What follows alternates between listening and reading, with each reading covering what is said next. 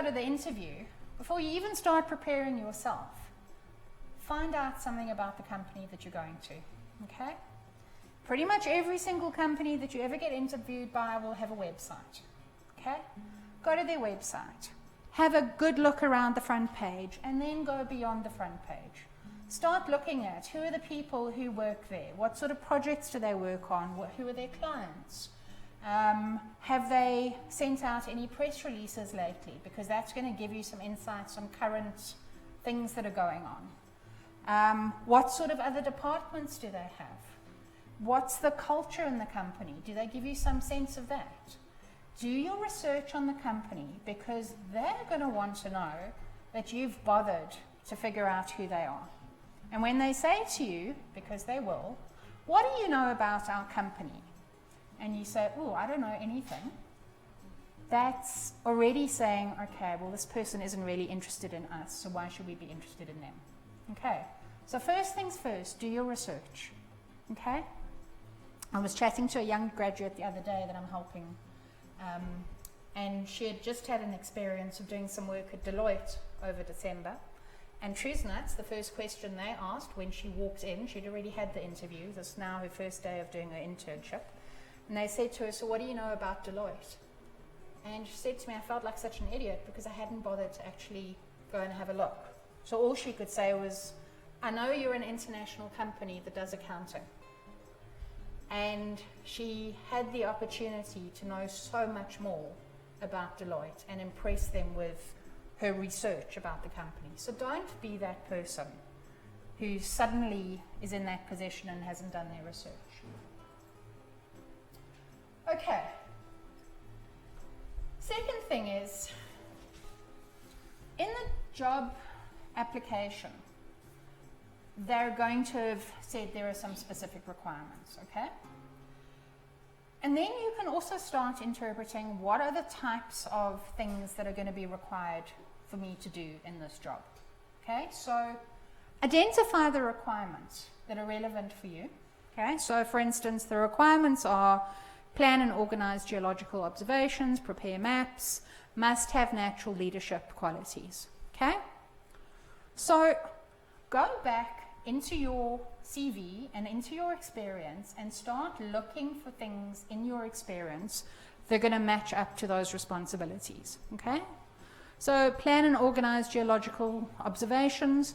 What have you done that would be relevant to that? Have you project managed something? Have you organized a group weekend away? Have you organized a group project? What have you done around planning and organizing and making sure you've got all the right equipment and that you get to the right place and all of those skills that go with that? You might not have ever planned and organized geological observations, but you may have skills that are relevant to that, okay?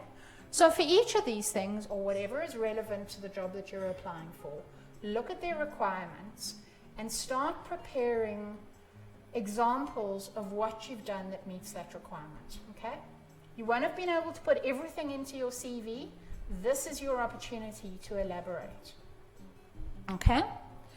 And then find very specific examples that help you to tell that story. So when did you do this? In what context did you do this? Who was involved? What was your responsibility? How did you go about doing it?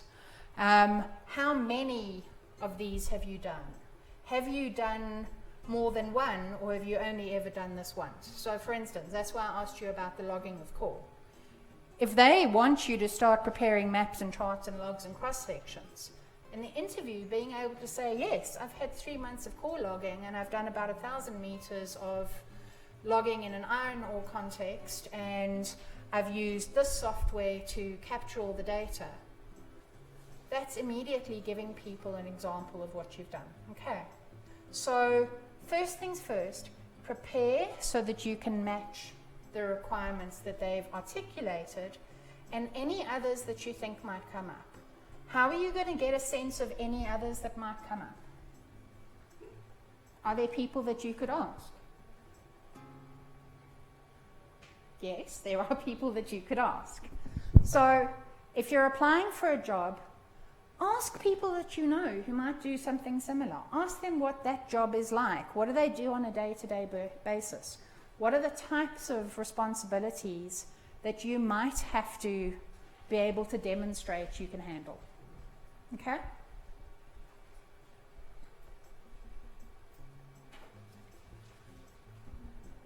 Prepare STAR questions. So what are STAR questions? STAR questions are situation, task, action, and result. Okay? In every interview, you're going to be asked, yeah? Mm-hmm.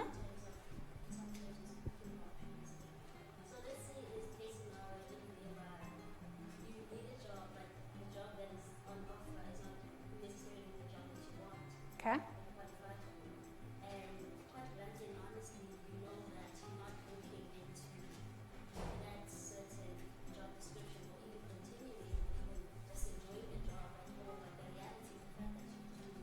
Okay. So my question is, will preparation be adequate enough for them to see you as a person to work with them, despite the fact that you actually do not have an interest? And to how far do we have to be honest to the interviewer or whoever's there to the fact that, hey, like I said, advisor would like. So I would never go into an interview saying, I don't want this job, I just need it. No, I know that's not what you're going to do.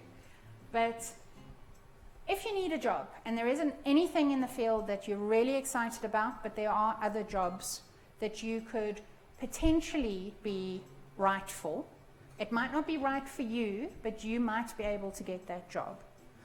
Look at that job and go, okay, what are the elements of this job that are going to help me in my career? What are the parts of it that are going to give me experience that I don't already have? How is this going to help me progress? And is this something that, if I get it, I feel I can do for a year or two until I'm in a position to take a job that I really want? Yeah. You know, I've done lots of jobs that I haven't enjoyed, but every single one of those jobs I've learned something. And every single one of them has contributed to where I am right now. If I'd not taken a job because I didn't want to do it, I might not have been able to step up. Every single opportunity is a step. So look at it as a stepping stone to the next thing as opposed to the end point. Okay. So STAR questions. STAR questions are exactly what you talked about just now. They're going to say to you, tell me a situation where there was a particular problem or a challenge or something complicated, and what did you do in that situation, and what was the outcome from that situation? Okay? What they're looking for here is, how do you solve problems? How do you deal with complexity? How do you deal with challenges? Do you shy away from them? Do you take a risk and try? Do you stand up and take responsibility? And again, every single one of you can come up with at least 3 or 4 examples in your life where you have stepped into a situation, problem solved, and resulted in an outcome. Okay? Sometimes that outcome might not be the desired outcome, and maybe you failed at something. It's still an opportunity to talk about, because then you can take it one step further and talk about what you've learned and how you might do it differently if that situation came up again. Does that make sense? I can guarantee you people are going to ask you this question, and I really recommend have at least 3 examples for different types of problems. Okay? So something that's technical, something that speaks to project management and organizing things, and maybe something that speaks to people interactions and kind of softer skills. Okay. If I was to ask you now, tell me a situation where there was something complex that you had to solve. Would you have an example?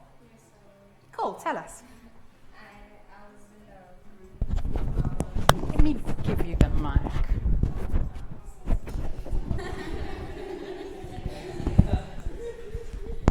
This is good practice for you. Come on, speak it to the mic. Okay. I was in a group for our environmental monitoring and modeling course, and we were monitoring trees. So when we were monitoring trees, each person had a tree that they had to monitor every day.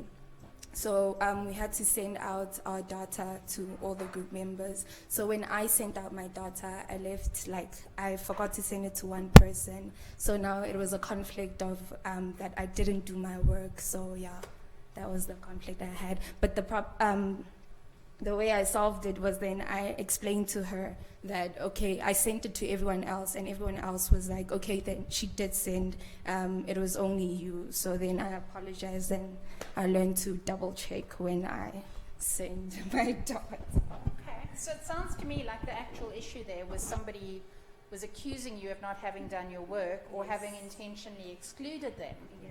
Okay, so that's also an interpersonal issue. Okay. So you solved it at 2 levels by the sounds of it. 2 levels. Yeah, so one in terms of your relationship with that person, and one in terms of getting other people to speak up for you. Yeah? Cool. All right. So anybody else want to talk about a situation that they've solved?